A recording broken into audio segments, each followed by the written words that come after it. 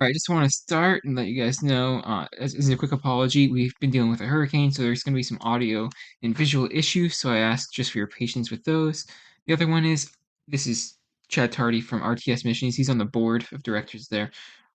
Amazing, amazing interview. Make sure you guys stay till the end. There will be links for everything you need in the video, so make sure you check those out. Make sure you like and subscribe, and just leave a comment. Let us know if you have any more questions for either of us or anything like that. Enjoy the video, guys. All right, we are back. We are joined with another special guest. This is Mr. Chad Tardie, one of the greatest guys that I know. I might be a bit biased, but it's great to have you on. Yeah, thank you. Thanks for inviting me onto your podcast and interview. Appreciate it. Of course, anytime. All right, so for a start, we're going to find out just a little bit about yourself. Who is Chad Tardie? That's loaded. It's a loaded question. Yeah, who am I? I am a man of God, husband. Been married for let's see, 20, going on 23 years now to Amy, your mom. Obviously, you should know that. But yeah, I grew up with a wonderful family from Maine. Lived there for a good chunk of my life. Good chunk of my life in northern Maine. Lived there about 20 years. Moved to southern Maine, and that's where I met your mother. And then we moved here to Florida almost 13 years ago now. So yeah, we've been in the Tampa area for that. And with that, yeah, we're doing this interview and waiting for Milton to hit. So it's exciting. It's exciting. I don't think I've done an interview just before a hurricane hit, so this is fun. Yeah, we're already getting some rain in, so for sure. All right, well, why don't you tell us a little bit about your testimony? How did you come to know God as your Savior? Yeah, so I, like I said, I grew up with in a great home, great household. When I was really little, my family was not saved, didn't know God, wasn't living the life for God. Um, my my parents got invited to, well, my mom actually got invited to a ladies' Bible study that was held locally. It was a small town. Everyone knew each other. And yeah, my mom got invited, and she ended up getting to know God and getting saved through that. And then through her testimony, my dad came to know the Lord. And then I was about 6 years old, I would say. Yeah, I was 6, and had been going to church for a little bit at this point. Understood who God was, and had some really good conversations with my parents and my sister and brother. And I had the fear of the Lord in me at that point. And I actually got saved when I was young. I was six years old when I got saved. Trusted God, knew who He was, believed, repented of my sins, and got saved. That was just the beginning of it, right? The tip of the iceberg. Like a lot of guys, a lot of people, I didn't always live a life that was pleasing to God, and I had it in my head about just a lot of legalism, and you had to look a certain way, dress a certain way, listen to a certain type of music. So I had a struggle growing up because I thought that legalism was correct, and not faulting anybody for that. But I also realized in mid-high school, that look, if I can't make the people around me happy and satisfy them with my pleasing God, how could I ever please a God who's perfect, right? And who expects just people living for Him, and expects us to live righteously. So I kind of had a moment in high school where I was like, I can't live up to these people's standards. I'll never be able to live to God's standards. So I honestly just kind of gave up on it. Kind of walked away from God, walked away from my faith. Started doing my own thing, started living my own life. So that was in high school. And after high school, I just kind of kept with that. Um, and got myself into the party life when I got into college. Don't get me wrong, it was fun. I'm not gonna lie, it was fun. I was a guy that everyone wanted to hang out with and party with. Um, but through that, I still knew that God had me because I still felt that guilt. I still had the Spirit indwelling me, and I had that my whole life. The whole time that I wasn't living for God. So yeah, that was definitely a time that I just kind of did my own thing. Let me figure out things for myself. Got in some trouble. I don't want to get too deep into the trouble I got into, Yeah. but by God's grace, He protected me through those things. Um, and then when I moved to the southern part of Maine, at that point, I met your mother, and we started dating. And we both grew up at this point in Christian households. And when we started dating, we actually started going to church together. At that point, it was more of it was a thing to do on Sunday mornings. You know, that was part of our heritage growing up. You just went to church Sunday mornings. Through that, we ended up getting married, still kind of living that life, living with guilt in the way that we were living before we were married. So when we came into marriage, we had a lot of guilt that we brought into it with each other, and from God. It's a good guilt. It's not a shameful guilt. It's the Holy Spirit just pricking your heart constantly, saying, you know, you're not edifying me. You're not lifting my name up in this. Um, so fast forward a little bit. you were born. You were born, a cute little guy. And you were 6 months old. And I went to work one day, and I was working. I was a firefighter and I was a builder at the same time, trying to make a good living. And some staging collapsed, and I fell 3 stories, which was yeah, that was the moment I think that God really wanted to grab my attention, and He got my attention. I remember I was all kinds of jacked up. I was in the ICU on 24-hour surveillance, just making sure that I didn't have any bleeding of my head, and I broke a bunch of stuff in my arm, messed up my neck and back.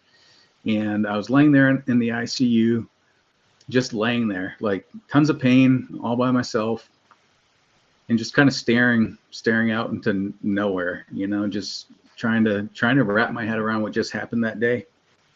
And I felt in that moment God just kind of telling me. He was speaking to me, not audibly or anything, but I could really feel the Holy Spirit just stirring up in me that God wasn't done with me. And that was a tough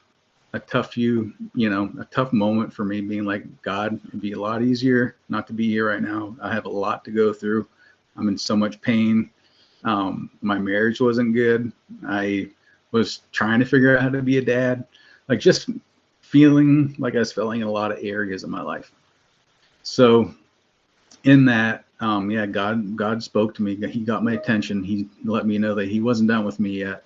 So that was the beginning for me of a long road of healing, honestly, not just physically, but mentally and spiritually for sure. Through a couple of years, I was out and down and out for 2 years. I mean, I had multiple surgeries. Every 6 months, there was another surgery. Had to get things reconstructed and go to rehab. Through that, I actually got hooked on some painkillers for during that 2 years. Not anything of my choice, but just due to the circumstances and having all those surgeries, I just became dependent on them. Our marriage was not good. We were roommates at best, and we were growing apart a little bit all the time, really slowly growing apart. So in that, your mom was kind of fed up with me, which I don't blame her. She had every right to be. She called her dad and said that her and you were going to be moving out and going to stay with him. And in that, he spoke some really, really good wisdom to her and said, do you pray for Chad? And she was like, no, I don't. He doesn't deserve it. He's like, none of us do. None of us deserve prayer. But God's good and he cares about his children. So if you love your husband, you're going to start praying for him. And she did. She started praying for me. She prayed for our family.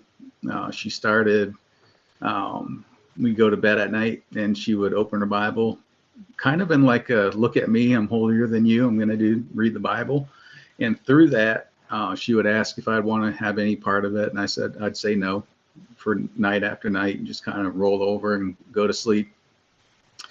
Um, and she started reading the Bible, and what happened was what she didn't expect. God really started to speak to her through Scripture. She got close to God, and God drew her in, and through that, through her faithfulness and to God, in that point, she ended up asking me one night, and I said, "Hey, could you read for us tonight? Can you have read the Bible for both of us tonight?" Um, and she did. She was taken by surprise, and that honestly was the start of our walk with God. She had to get right with God, and I did too. I had a lot to deal with a lot of different things in life. So that for us was when our marriage started growing, um, and we started loving God individually and collectively together, which is a beautiful thing that you can do that, and that marriage isn't just about us and about what we do here, but it's about glorifying God together, which is really cool. And I think that's one of the really neat things that God intended for marriage, is for us to glorify His name together. So yeah, we started growing together, healing, and then we had a short time after that we had your sister Alana, and yeah, it hasn't been always easy, but God's definitely done some mighty things in our life and our family's life. And man, I can just look back and keep talking about these things all day long because He's just so faithful. And we're not worthy, but He loves us that much that He gives us those opportunities and those hard times to draw us near to Him. Yeah, that's amazing. It's really an amazing testimony. So, at what point would you say you started feeling a call towards ministry? I know it kind of happened at some point. So, where would you say was the beginning of that? Yeah. So even and this is the other thing that God's made clear to me, is He just wants people to be willing to serve Him in whatever capacity, because we're all gifted in some way. So I started helping out in church, in the church we were going to when we were first married. Even at that point, I had a heart for ministry, serving, and I got involved in like teaching high school Sunday school class, and then youth group, and helped with the sound at church. Ended up becoming like an usher, which kind of funny. And then a deacon, and just through the years, God's used me, and I've always had a desire to be in ministry, in full-time ministry. The opportunities weren't always there, and me being me, I'm driven. I see a goal there, I see something, and I'm driven for it. So a lot of the times the ministries I was pursuing was on my own accord. It was something I saw, something I thought it was good, um, which it is good, but maybe not for me. Maybe I wasn't the right person. So I tried quite a few different things like that. um, when we moved to Florida, we went to church for a while. I got a good friend, Greg Raymer. I don't know, you'll probably interview him at some point. Oh, I'm sure I will. Yeah, he was our executive pastor at a church we went to for a while. I mean, we just became really good friends. And we actually were in the process, just before the whole COVID thing happened, to move to Charlotte, North Carolina, and plant a church up there. He and I and our families. So we were getting ready to go. We were planning. We were meeting. Our wives were meeting with us. We were ready. We were ready at that point. The COVID happened, and it kind of slammed the door for both of us. So it was kind of a bummer. It was a desire for both of us at that point. But hindsight and seeing things, the bigger picture, and not seeing things through God's eyes, and not seeing forward. he definitely it was a good thing. It was a blessing that he did that for us, because I don't know if we were really ready for it. We were willing, and I think that was God again saying not yet, not yet. So yeah, I've definitely had a huge drawing to ministry. The church we go to now, I'm in the marriage ministry. So Amy and I, due to my testimony a few minutes ago, we just had such a strong desire to see marriages thrive, and thrive because God's the center of them. So we're part of that ministry, and yeah, we've just been involved in quite a few different things within the church, and um, serve to the best of our abilities that God's given us. Yeah, that's awesome. So I know at some point you felt the call to missions trip. That was about 2023 in the spring. So why don't you talk about that a little bit? How you got associated with RTS missions? Yeah, so RTS missions, Greg and Maria Shepherd, we go to church with them. So we just became good friends. I mean, they're just great people, great hearts. And we became good friends with them. And Amy and I had been talking about going on a missions trip most of our marriage, but there was always something. There's always an excuse. No money right now, no time, can't get time off from work. Kids are little. We're having kids at this point. It just seemed to be an excuse each time. We'd even talk about it. I think that was just the easy way out. And then they did a informational class one Sunday after church, to go to Dominican. So Alana came to us and said, "Hey, I think I'd like to do that." So we kind of like ho hummed back and forth a little bit. I was like, "All right, we'll go and listen with you, and yeah, we'll see what it's all about." So we did that. We sat back. Um, we had a we got some paperwork on it, the cost of it, and what it would look like and how long it was, and just a really cool informational time. So we took that home with us, and we kind of just didn't talk about it much. And then Greg and Maria asked if there'd be anyone willing to kind of host a informational thing for RTS missions. And Amy and I, just love hosting things and having people over. We were like, yeah, sure, that'd be cool. We'll do it. We know there's some people who'd be interested in going with you guys. And we had other people in mind that we thought would be like really good at not just part-time missions, but full-time missions as well. So we invited them all over, and then we listened to everything, and had a good time together with a bunch of people listening about the work that God's doing in Hemini. And yeah, we kind of decided at that point that our daughter wanted to go, so we can't let her go to another country by herself. 2 years ago, or a year and a half ago. So we said, yeah, we'll go with you. Sure, we'll go with you together. So that's kind of how we got to go on our first overseas short-term trip. Yeah, and I know that was life changing. You want to go over a little bit about just kind of the time you had there, and maybe if you started feeling the call to go there full time, or just kind of go over that a little bit? Yeah, I'll tell you, it was life-changing. Absolutely. RTS doesn't call it a short-term missions trip. They call it an impact trip. And I didn't understand that until we were there. Man, you think you're going to help people, which you do. Don't get me wrong. You go there and you love on people. You help them with things they're doing around their house.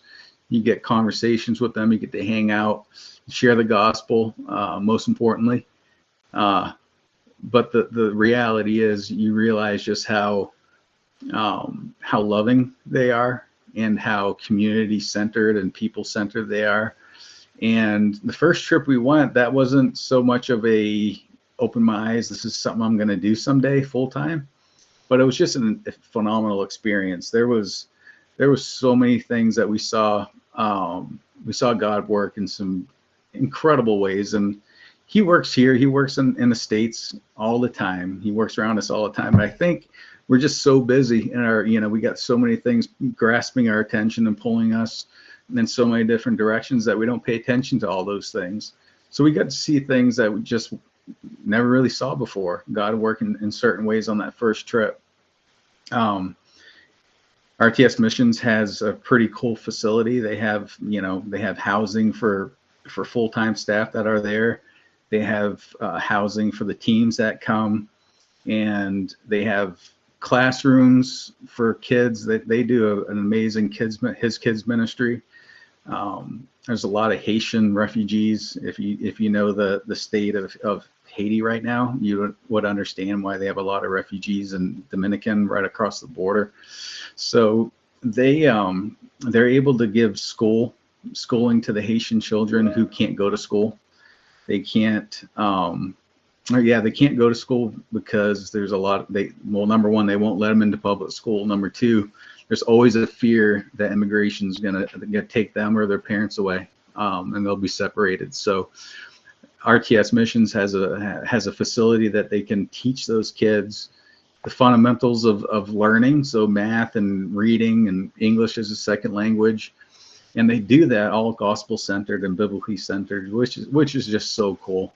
It's so neat to see those kids and how hungry they are to learn about God, how hungry they are to just learn, and they run on campus with smiles on their face, so excited to show up and be part of it. So that's really neat as well. Another thing that God has blessed them with on the site is a medical facility.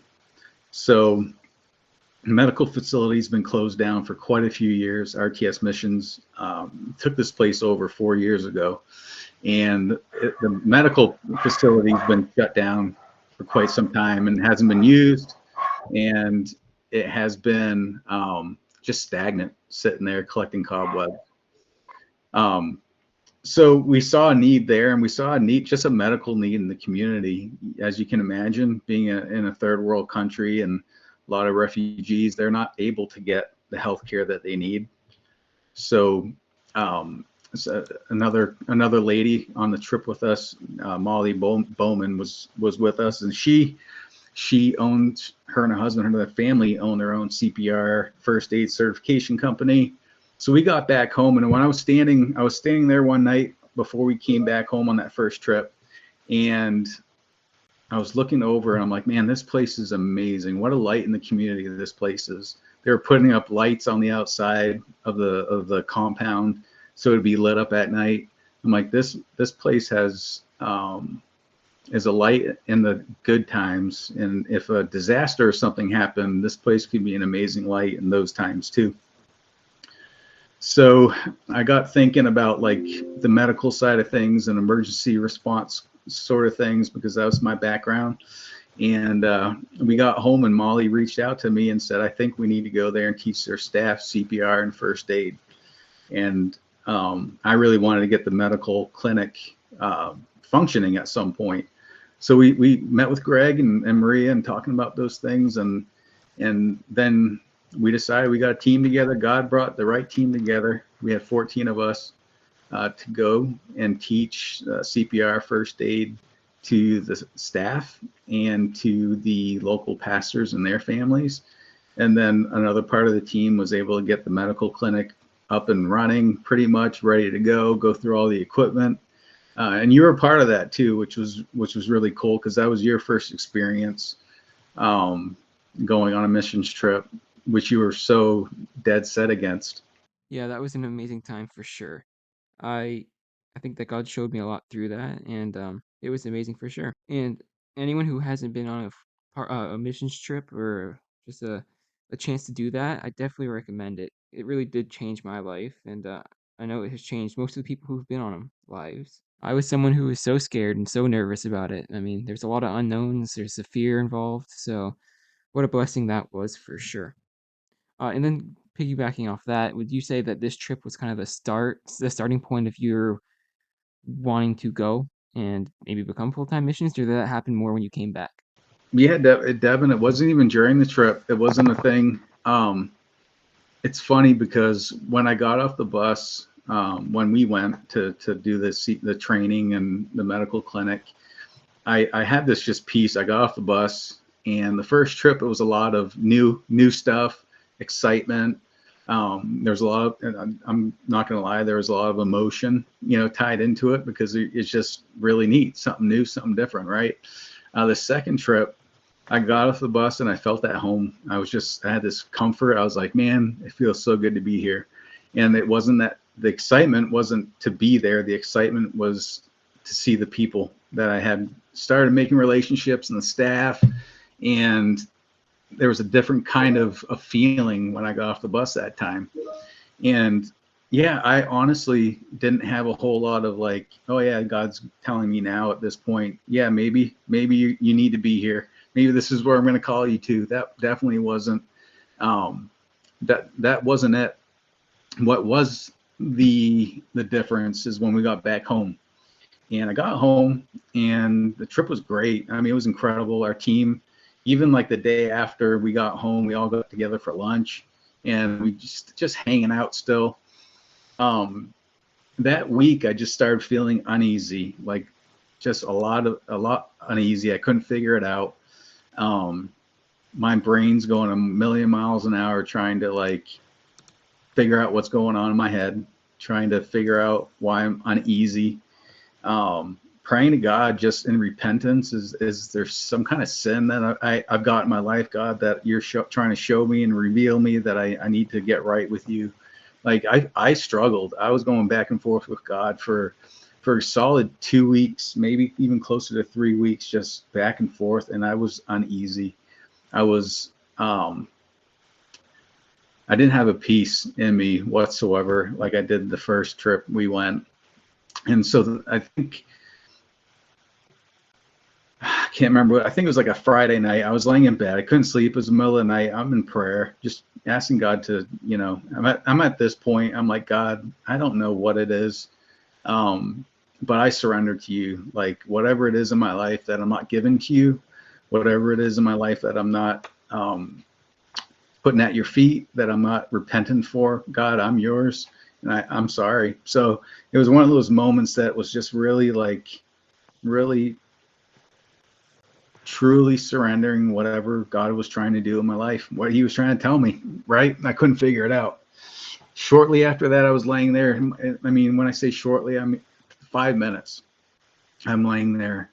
And then all of a sudden, I had this resound, just burden and a clarity that I believe God is calling us to Dominican as a family, Amy and I for sure.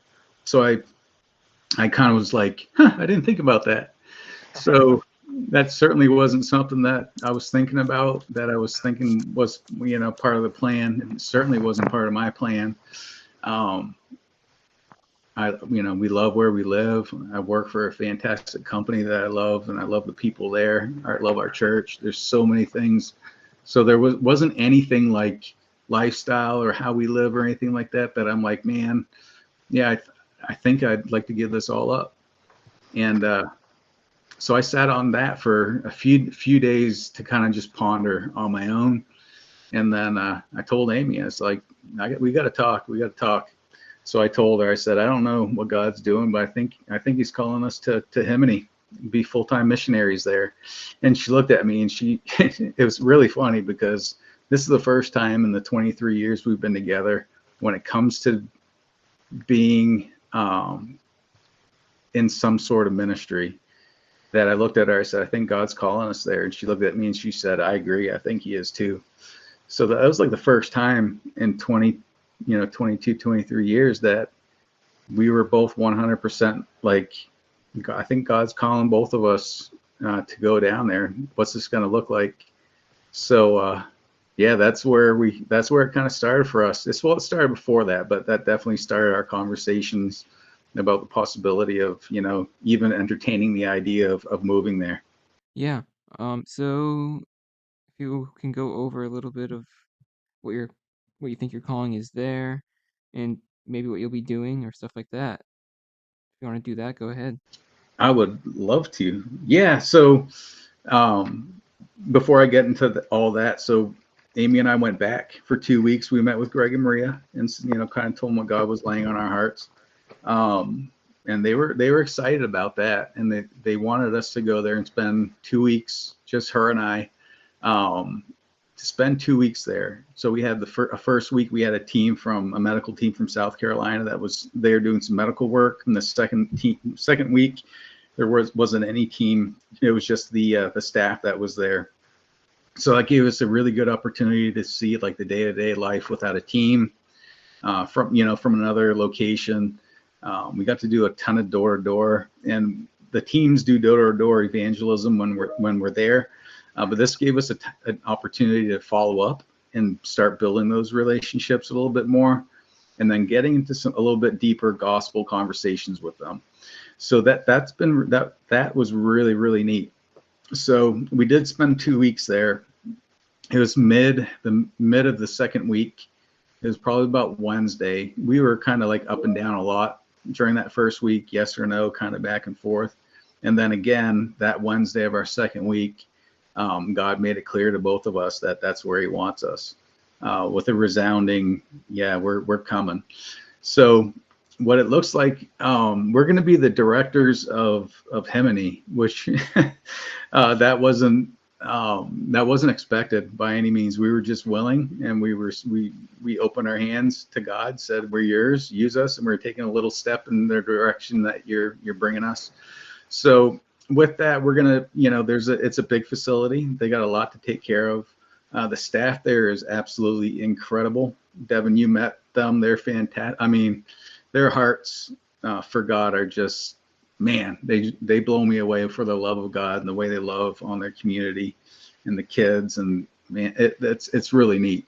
So we really have a desire with that to be able to pour back into the full-time staff that live there, that are pouring themselves out 7 days a week to the community for God's work and God's purpose.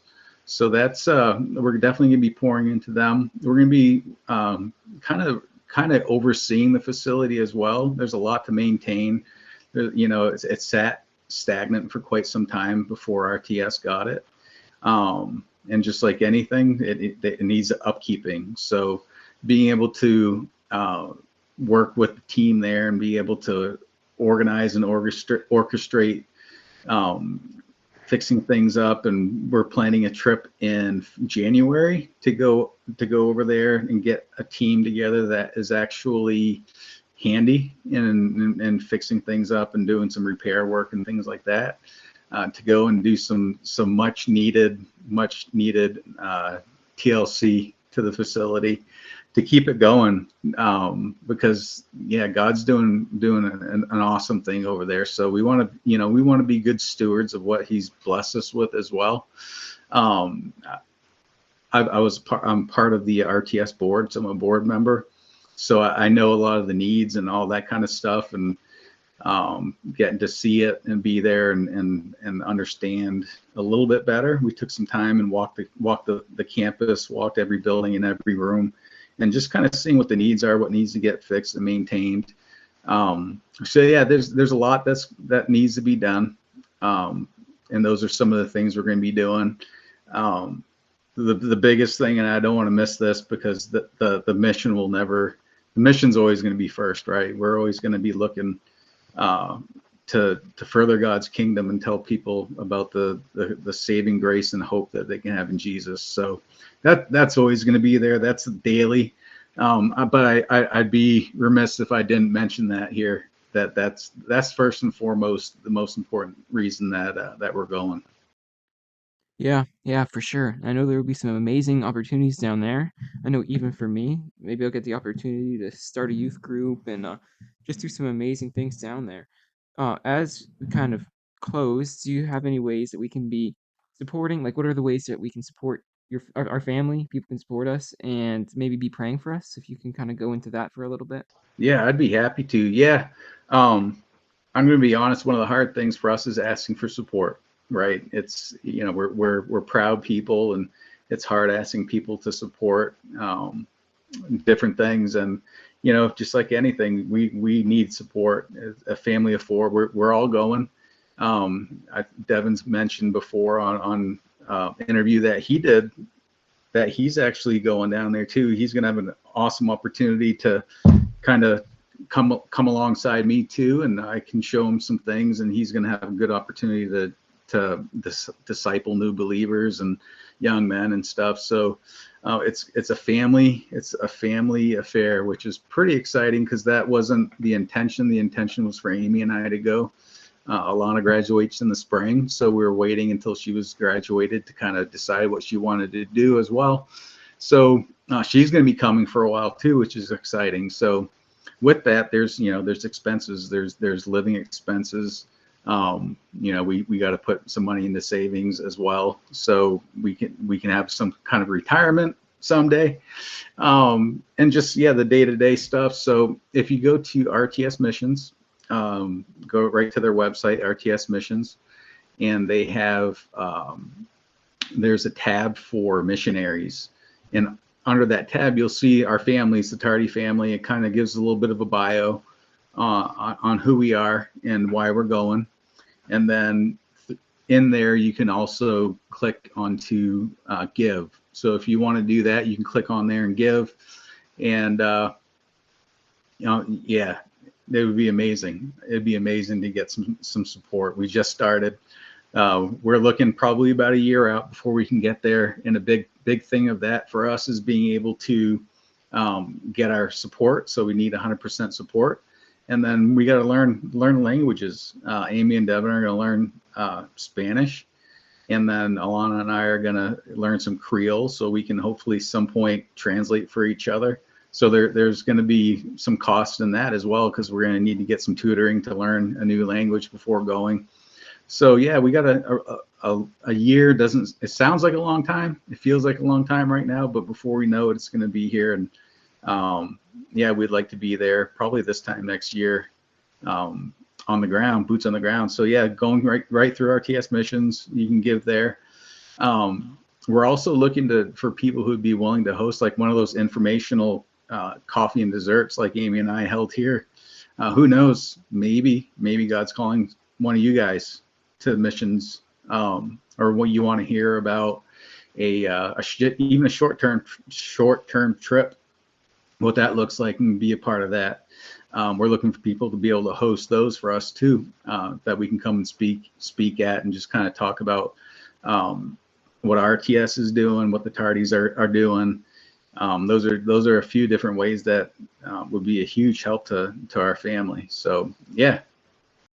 Yeah, and we need monthly givers, people who support us over a period of time, but also very important for like one-time gifts. So if you can give a one-time gift for a startup, that is super helpful as well. And just all of it helps. We would be very thankful for any of it, because we do need to be fully supported. And that kind of the last thing is, again, this is going to be a hard transition, a hard period. We're going to have spiritual attacks that you mentioned earlier. So how can people be praying for just our family as we kind of start this journey, and we're really on this journey? So how can people be praying for us? Yeah, there's a ton. There's a lot. Yeah, first and foremost, when we're looking to do anything that glorifies God, there's always the enemy does not want Christ's name to be proclaimed and known. So we can expect that. We've already seen the enemy at work, just trying to attack in different ways. We have a God who's so much bigger and so much better, and who has already won.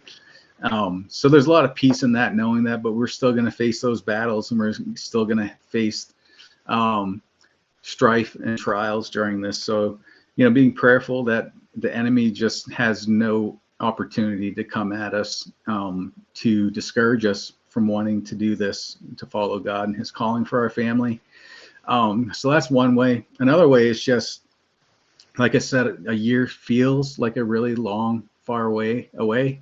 But the reality is there's a lot that, we have commitments in our life still here, as well as, trying to get our support and looking forward to, moving out to Himini. So yeah, that we can pray that we continue to be faithful stewards where we're at, with our careers and our church, and, just be as involved than ever in those things as well. And Yeah, those are a couple just massive things that come up right off the top of my head. The prayer, and then pray that God would bring people that are willing to help support us financially. We can't, they're not going to come just by luck, right? Nothing's by luck. It's got by God's divine provisions, and we trust in that, and we need to be in prayer for that as well. That he'll that God will provide, and he'll bring those people. So pray for the people who want to support us in every way, monetary, emotionally, spiritually, and in prayer. We have such good people, good friends in our lives, good family in our lives that are so supportive through this, and it's been huge. It's been really encouraging because it's easy to get discouraged in this journey, and we're just in the beginning of it. So having the friends that God's put in our life and our family that God's put there to just encourage us when we get down and when we're not maybe getting the support that we should be at yet, that that God would continue to lift those people up to support us and encouragement, and to be excited for us, because we're excited. We're really excited.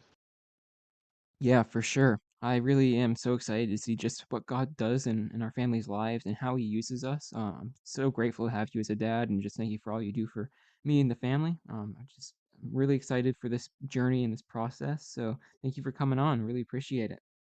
Yeah, yeah. Thank you, and hopefully we can do an update in another few months to see what God's doing for us too. We can continue this conversation.